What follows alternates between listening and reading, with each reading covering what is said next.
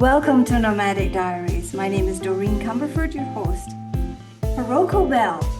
Hiroko is our guest for today, and she's actually a Japanese ATCK, which, as we know now, is an adult third culture kid. Thank you for coming on and being with us today, Hiroko. Hi, Doreen. Thank you so much for having me. Hi, Megan. I also have to welcome my co-host, Megan Norton-Newbanks. I'm sorry. No worries. I'm so happy you are here and that you are my partner in belonging and believing and becoming podcast hosts together.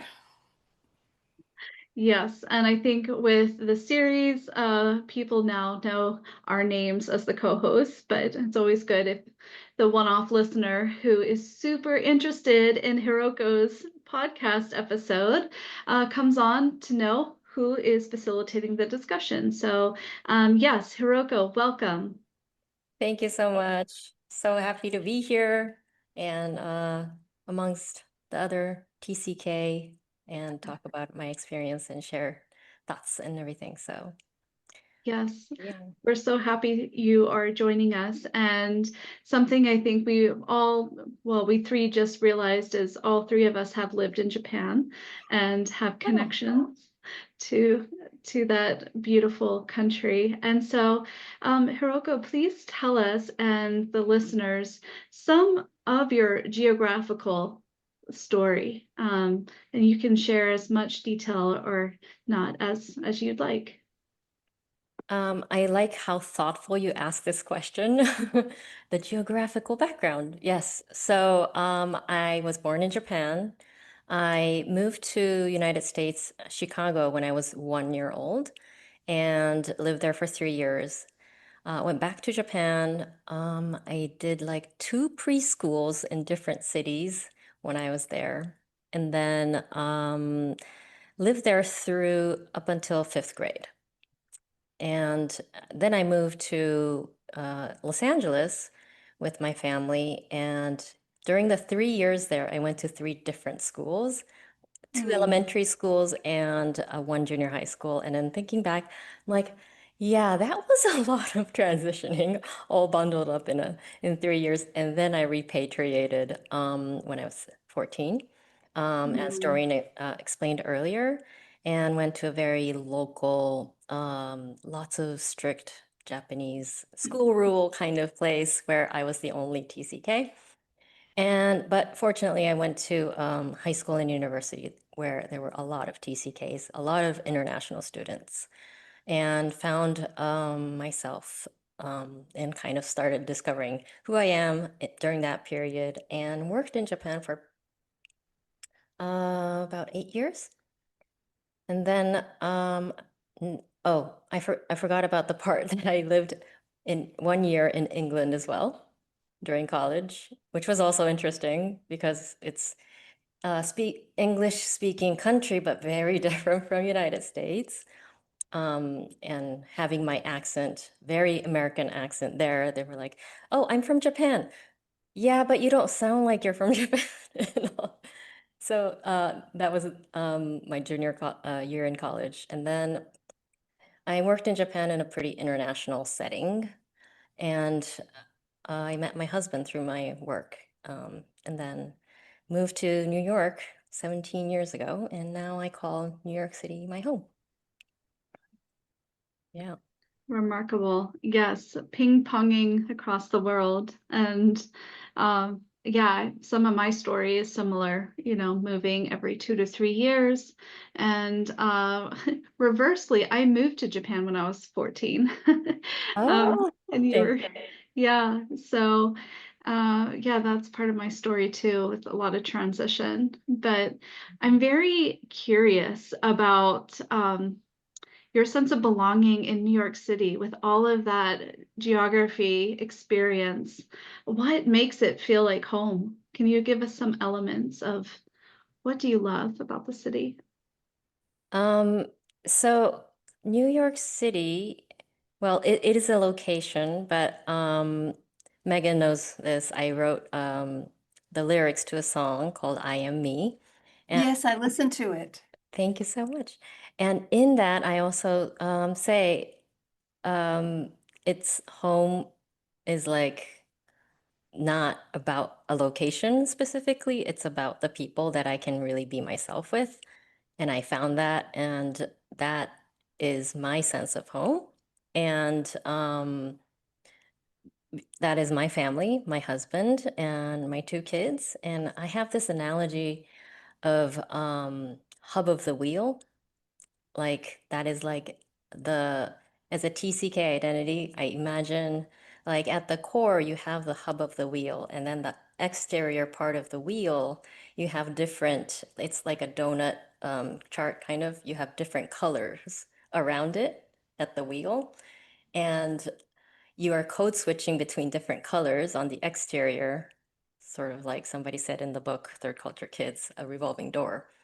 Um, and you're switching from the red color to the purple color to the blue and yellow, and depending on the context. But at the hub of the wheel, at the core, there's that sense of belonging that I found with the people or the things that I really like to do or the values that I really think it's important to me. And so when I found that with my husband and what we try to share with our kids, that's my like sense of home. And as a mixed family, my husband's American. So as a mixed family, New York City is so diverse. Mm. Everybody is from everywhere. Like even American people are not from New York State necessarily.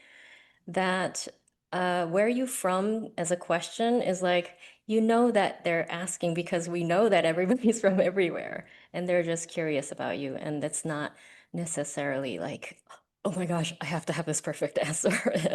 And yeah, everybody has a story behind this. So I think that gives me comfort and like I don't stand out too much. Um, as I would maybe in Tokyo still, I would Mm. be here, I say, hey, I'm Japanese, but I would feel more uncomfortable saying I'm Japanese as a Japanese person who's not quite normal. I would feel like, oh, yeah, but I'm a weird Japanese. Yeah. That's how I feel about going back to Scotland. Mm, I mean, when I go back to Scotland, my family look at me and they say, "You're the Yank." mm, And they they don't quite know what to do with this hybrid version of me. mm-hmm. What And does that mean? Yank in a Yankee is in Scotland. If you call someone a Yankee, it means you're sort of a version of American. Oh, I did not know that nuanced. Uh, Yeah. So I'm not I'm not sure what undercurrents it has because I don't delve into it and I don't pay any attention to it. But they know that, I'm from Scotland, but I don't use my Glasgow accent most of the time, especially when I'm on the podcast. But I do sound like that when I'm talking to my family.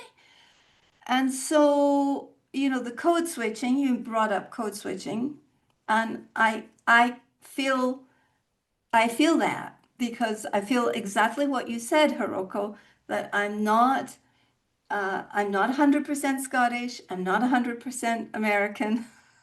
yeah. And so when we go home, we have to sort of slide into it a bit. Do you feel that? Mm-hmm. Mm-hmm. I was just in Japan for almost 3 weeks in Japan during summer. And my body language changes, the posture, the way I react to things, everything kind of like shifts a little bit. I Yes, feel as I get older, I'm more comfortable with the mixed version of myself. yes, Um, and somehow, because I live in New York and there's a lot of Japanese people that I interact with now, through my work as well. And I know that even Japanese people who came to New York after they became an adult, they have a different mentality, different kind of openness, and they're maybe unusual in Japan and we kind of get each other, I feel like. Yes. So I can also go back to Japan carrying that Japanese version of me and feel like, yeah, this is okay too. And I'm not as like trying to really mirror the other people and feeling a little bit more comfort and just, hey, I'm weird, but I think that's my strength too. I So, think it's how we look at it. It's how we take this nuance and how we use it and how we direct it and apply it to mm, relationships so that yes. it doesn't become a barrier or an obstacle in relationships that we want to grow and people and places we want to fall in love with. It has to, it's helping us along in many ways because we know how to do that. It's a Mhm. superpower, let's face it, right, Megan? Yeah. It's definitely something to be celebrated and to practice. I think, we can't rest on the fact that maybe we are good at shape shifting. We need to learn, well, how to shape shift in this context and appropriately. And what does that mean then when people perceive us doing that? So, yeah, very layered with all of that. But Hiroko, I wanted to also highlight once again the song that you wrote. And I'm wondering, was that what came first? You learned the term third culture kid and the profile, or did you write the song and then you realized, oh, I'm talking about a third culture kid kind of experience that maybe would resonate with people who have this similar story?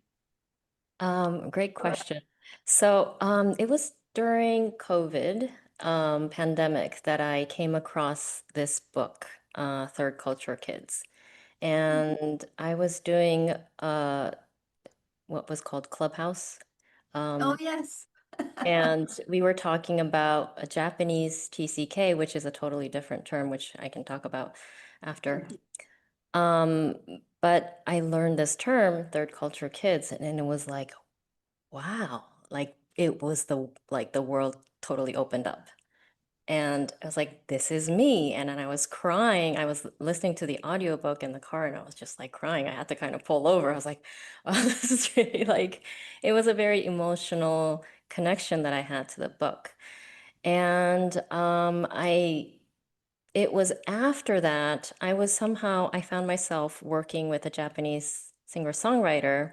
She needed an English adaptation of her Japanese song, and we had a mutual friend, and sh I did the work for her, and she said, "Well, let me just kind of return your favor by making a song from the words that you want to create."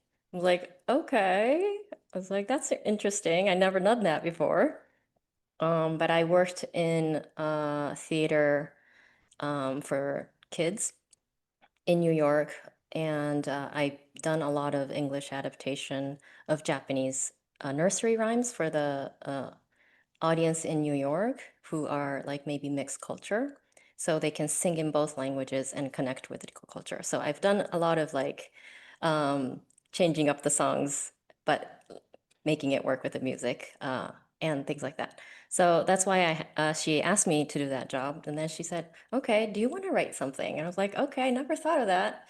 And because this was after I read this book, I was journaling and I was writing a lot of things. And this just came over like just a couple of days. And I think it's like the book gave me kind of a permission to Mm. write that. And I knew that it can come across in English. And there are people who will feel like, oh yeah, this is also my story. So that's kind of how it came to be. And Yushio is the name of the singer-songwriter who wrote the music to it. And Tomo, who was an old friend from college who connected us, um, and another singer, Minori. They are all kind of connected in the TCK world in the um, different ways. Yushio is not a TCK herself, but she really resonated with the song because she always felt like a misfit in her own childhood in her school. So when she read my poem, she was like, "Oh yeah, I can totally understand how you're feeling in this." And it was like, she said she wrote the song like overnight. She came up with a melody and was able to put it together. And Tomo raised three kids in Jakarta.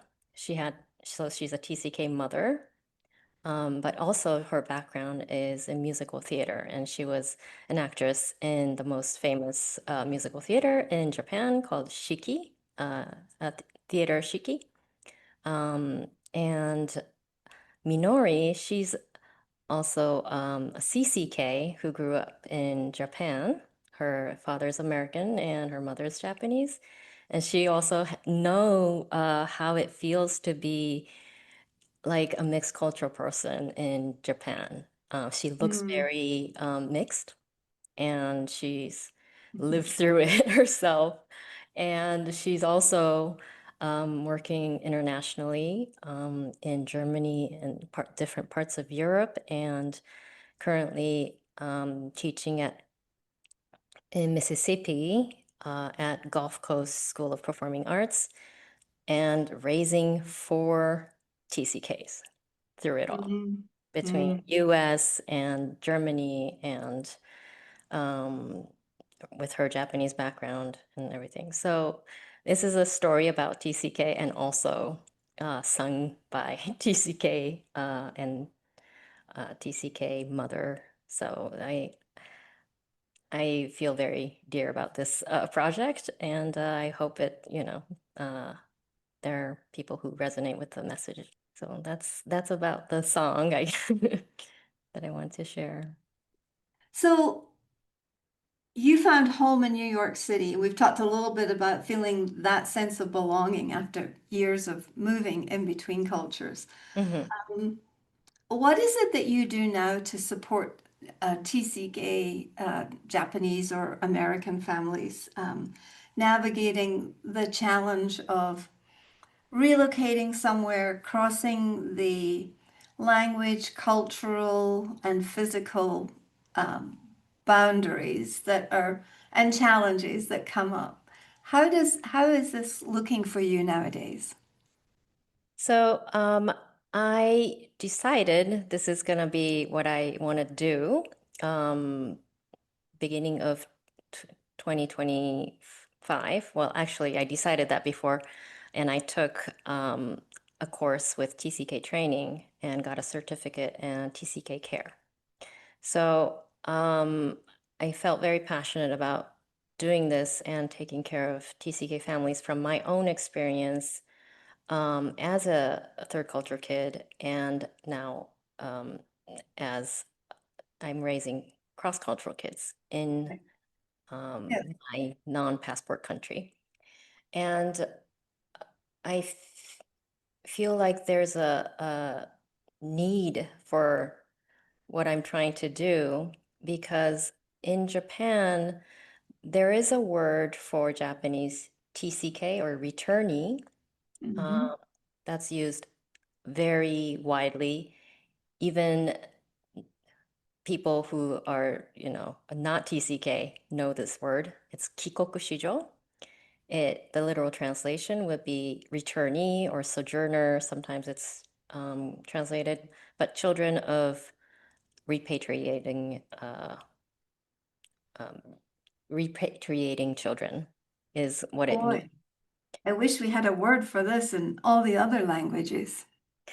But it is limited to returning kids, Yes, not those who are living abroad right now. right. And this word was formed by the Japanese government back in 70s because children who returned to Japan could not catch up with the academics. And they said, oh, these kids need help. So the first phase, it was a word that kind of meant, oh, poor kids, they need to catch up in the Japanese Yeah. society. And then Yes. later in like 80s and 90s, there would be these English speaking talents on TV, and they would speak in very smooth no accents, very native sounding uh, English. And and also the trend became that, oh, these bilingual kids, they can really elevate the Japanese business because they can negotiate with the global market and converse and have much more like presence. So they were like, oh, these are the global assets that we need to take care of in Japan. How smart is that? Yes. So there is How smart is that? a really, I guess in a way, status that's appreciated Yes. if you are bilingual. And there are schools that have entry points for TCKs because they want to help these kids maintain their language abilities. And also in consideration to like kind of, I guess, nurture a sense of belonging within those groups. So there is a tremendous amount of educational support for TCKs, and I think Japan is in a way ahead of many other countries in that kind of support. 1000% ahead. Yeah. And because Japan is an island country and there is always a mentality to look outwards and improve. And there is like, oh, we're Japan, but we have to get out to the world. Of course, for economy too. That's very important to have trades relationship and all of international relationship. So there's that. But the word is also kind of restricting because there are TCKs coming back to Japan from all over the world with Yeah. many different language abilities, and some of them may not go to an English-speaking country, right? They go to Asia, Africa, different countries in Europe, and India, and all sorts of countries. And unless they go to international school or English-speaking countries, they don't come with a stereotypical image of, oh, you speak English, you must be Kikokushijo. And you feel like, well, I don't qualify as a Kikokushijo, but you are still a TCK. So there's these gaps and different, what should I say, uh, different reaction to this word, depending on where you lived, what kind of education you had abroad, and what your language skills are. And you may also feel very alienated by this word because, oh, I don't qualify or I don't fit into that stereotype. And when I discovered this word, I was like, TCK, that encompasses everybody who had this Yes. experience. And we still share this whole, the superpowers that we have, but we also have all these sense of belonging issues and identity issues and some of the difficult things that we understand now because there is many books written about it and we can learn. But the work I'm doing is to fill the gap because the word TCK is not widely known in Japan. There's very limited resource written in Japanese about TCKs. There are other books written about Kikokushijo, but pretty much this is the only book, the translated book of third culture kids Mm. by David Pollock and Ruth Van Reken and Michael Pollock. So I would like to translate more books that are available and that I'm reading in English. But also I am giving seminars and workshops and to the parents. And I've been working with a certain high school in Japan and working with the parents there as well as the students who are in a school that has a lot of TCKs, but they also have this identity, figuring out their identity as they move through life in Japan and similar feelings that I had, just navigating that. So just teaching them about third culture kids gives them a language and framework to understand what this experience is and how it affected you. And there's nothing wrong with that. You might have these challenges, and here is how you can help yourself. Here are where the help is. I can be your support. I can be the parent's supporter. And yeah, just trying to, I think it's really powerful to have this language. Oh, yeah. The language gives you agency once you have the language. And so many, I'm in Mexico, Hiroko, and so many people here have never heard of TCKs. We have international schools in my city. TCK is kind of like a foreign word mostly. And so I'm really curious as to see what happens in the next 5 years just by being here, and being able to witness and observe the changes that will come, because I just think it's something that we all need to use and appreciate. Yeah, and I think it's powerful for the TCK themselves. They can Yeah. connect to the whole world of TCKs. Yes. And also, I think for the parents, it helps them understand what the kids are going through. And I think it's so important to be able to connect with that, because Yeah. parents who grew up in a monoculture often struggle to understand what's going on. And then, yes, this is like, oh, okay. It's like a light, uh, the light bulb goes up and go, ah, okay, that is what that kid is feeling. And this is Did you have that experience? Sorry, did you have that experience, Megan, when you heard about the terminology TCK? Did you hear about it? Absolutely. Yeah. Yeah, absolutely. And I think now it's important to let a term evolve, like what Ruth Vadrikan is doing with cross-cultural kid, to be uh more of the umbrella term. And I think that that in itself has different profiles if you're thinking about the different experiences of CCKs. But I also appreciate, Hiroko, you bringing the Japanese term and sharing how it's being used through the generations and the decades. I just remembered we connected on an online workshop by TCKs of Asia and FIGT Japan affiliate when the panelists were, it was multi-generational, and they were talking about their experiences with that. And I'm curious, do you have a personal relationship with that word? Do you resonate with it? Um, so I lived in the States and I managed to maintain my Japanese language skill while being abroad between age 11 and 14, because I went to a Saturday school, Mm.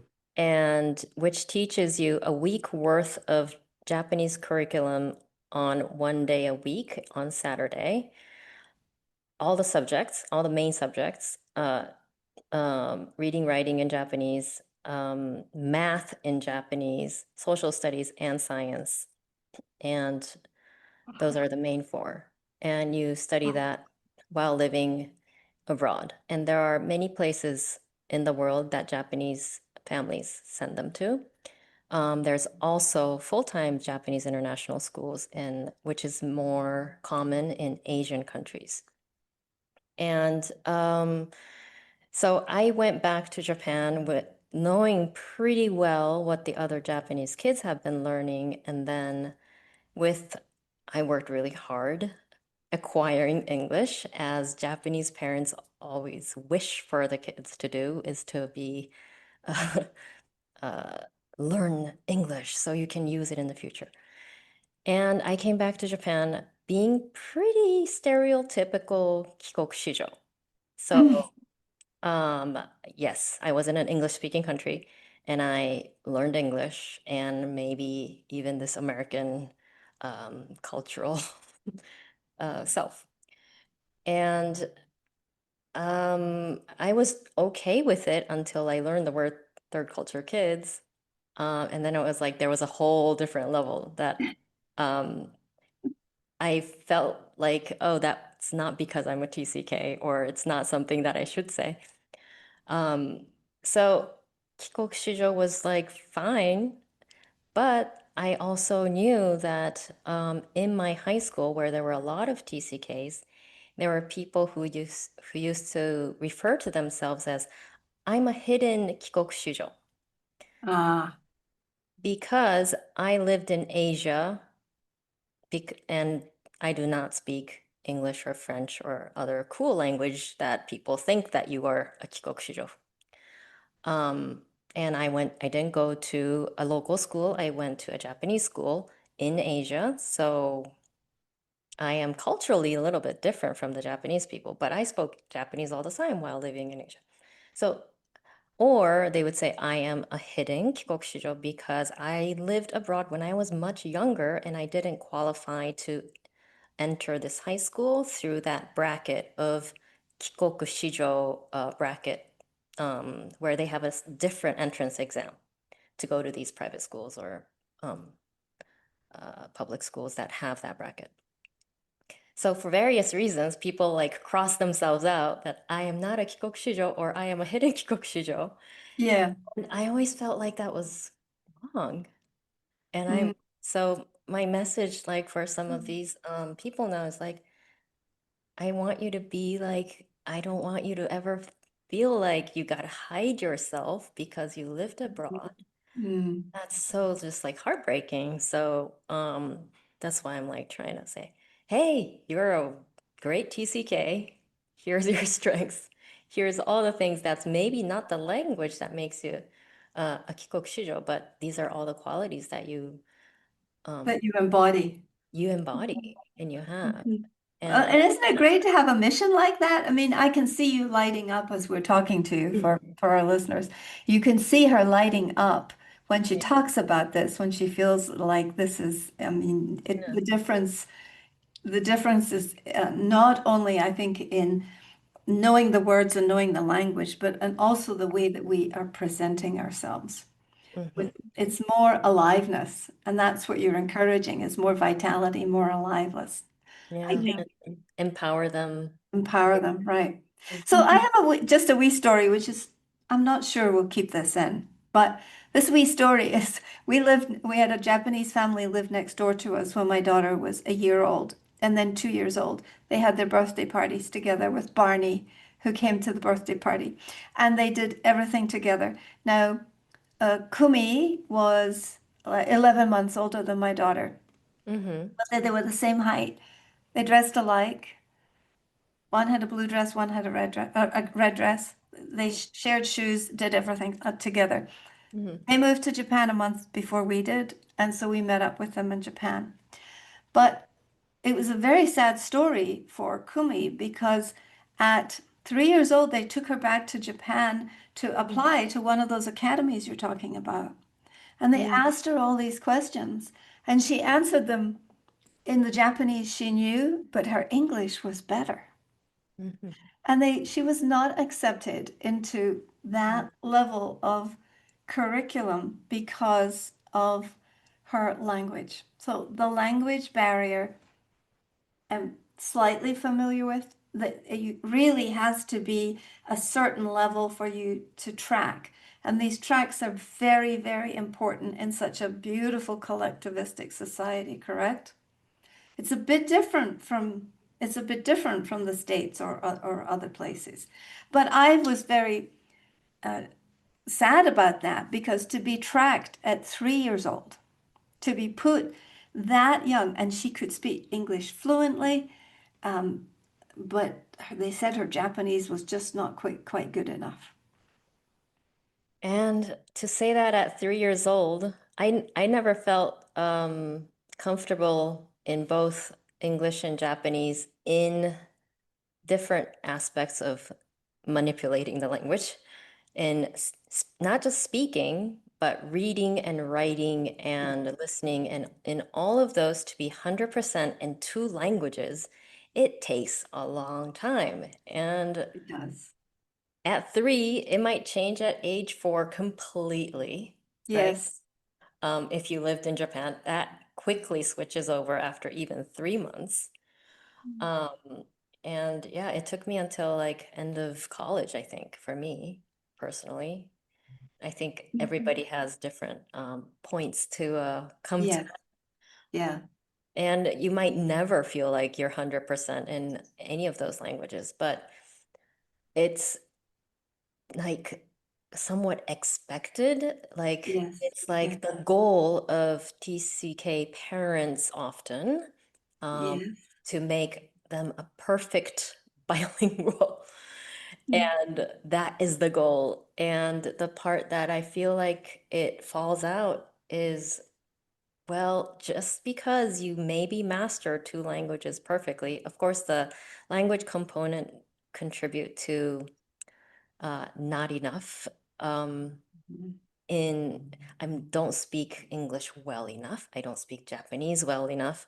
Reflects in the identity also. Like I'm not American enough. I'm not Japanese enough, or things like that.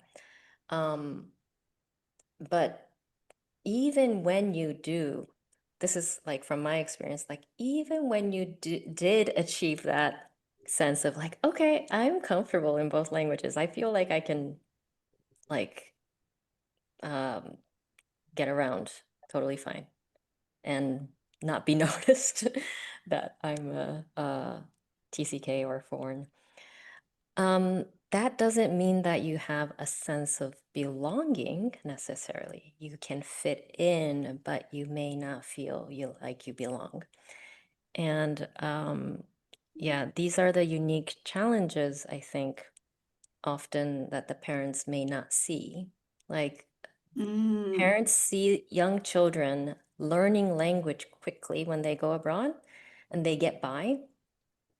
And like, oh, it's so cool. It's so easy for the kids to learn a language, but it's not. It's a lot of struggles also trying to decode what, am I fitting in okay? Am I doing this? And it, even when it looks like they've sort of managed to fit in and use the language, it's a lot of it is still figuring out and not feeling like they belong. And Yeah. yeah, it takes Yeah. somebody else maybe to Mhm. say that, to realize, I think for the And, parents. and so your mission is to be that somebody else. Yeah, I'd like to advocate for the TCK that might be going through that. Yeah. Yeah. And Hiroko, I have a follow-up question then. Where do you see then the family culture and parental expectations then be a part of this story of your mission of helping the TCK? Where is that negotiation of telling the parents this is what a TCK needs while balancing I can respect then this is a cultural decision. Mm. This is I need to think about this question. So your question, where do you land?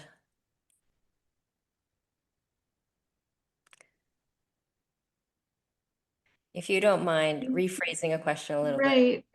Well, I want to rephrase it in that I feel that a lot of the TCK literature, a lot of the TCK consultants do originate from a Western Mhm.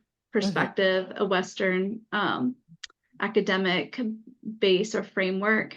And I have found in working with some families who are from different countries in Asia, there's this disconnect and disagreement, in fact, about how not that TCK consultants are saying this is how to parent a TCK, but also saying this is what a TCK needs. And then how do you reframe that in a way that is culturally sensitive? Mm. Mhm. And every family's culture is different, isn't it? Yes, it is very different. And I am working with TCK training as well with understanding the Asian cultural framework and the culture clash that might be present in Asian TCK, especially because of the strong influence of Confucius philosophy, Mm. which I feel like I finally kind of came to understanding and combining my knowledge of Japanese culture and the TCK, and like and also seeing similarities between not just Japan but other parts of TCKs from other parts of Asia, feeling a gap, understanding between the TCK and the parents. And there are, I love this book, The Culture Map by Yes. Erin Yeah. Meyer. Mm-hmm. Found this to be so helpful because there's different points to look at culture, whether it's the power distance, whether it's conflict avoidance, or high context and low context communication, and etc. And Japan and US are pretty much at the opposite end of the spectrum in conflict Mm-hmm. avoidance, power distance, and high context, low context communication. And this can apply to TCKs who go from Western culture during the day at school, then they go home to an Asian culture at home, or being exposed to Western media and taking that in, see how that culture works and how the family dynamics are within the media that they consume, and then seeing a gap with how that works in our home. Or you go to friends' home and their moms are like this. My mom is like, no, different. And I give an example of, because this is maybe the point that's easier to relate to. I give an example of difference in love language. In high context culture, like in Asia, we do not express love very verbally or physically as the children gets older, especially. I think it's more common when they're much younger. And to hug and to embrace and kiss and say, you're so great and wonderful. Somehow that fades as the kid gets older, and it becomes very uncomfortable for Asian parents to say, I love you. And kids don't hear that from the parents. Um, and I'm not saying about all of the families, there are different range, of course, as in any country or any culture. Different families have different ways of expressing love, and some of my friends will say, "Daisuki, I love you," but more casual way of saying I love you. Um, but I grew up in a family where that was not expressed verbally. But in Asian cultures, that might be through food and acts of service, a lot more than Western culture.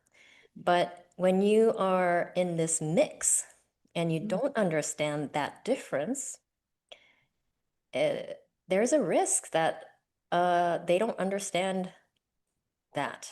And unless it's, I think, talked about, I'm not saying that you have to use one love language or the other, but if the child doesn't know it, can you assume that they understand, oh, in this culture, in this high context culture, you do not say I love you, but they still love me? Can they understand that? Or can they misunderstand that it's, oh, well, do they not love me? Or they might question, or they don't understand, or just, wonder, why am I not getting the words of affirmation like my friends do? And so I try in my workshops to talk about. So here's what American example of Yes. love might look like, pulling Yeah. up a Full House video, the sitcom, and love and embrace and talking about problems, working through problems, and expressing emotions. And then there's another Japanese film or TV commercial that I bring up, and this is The Mother's Love.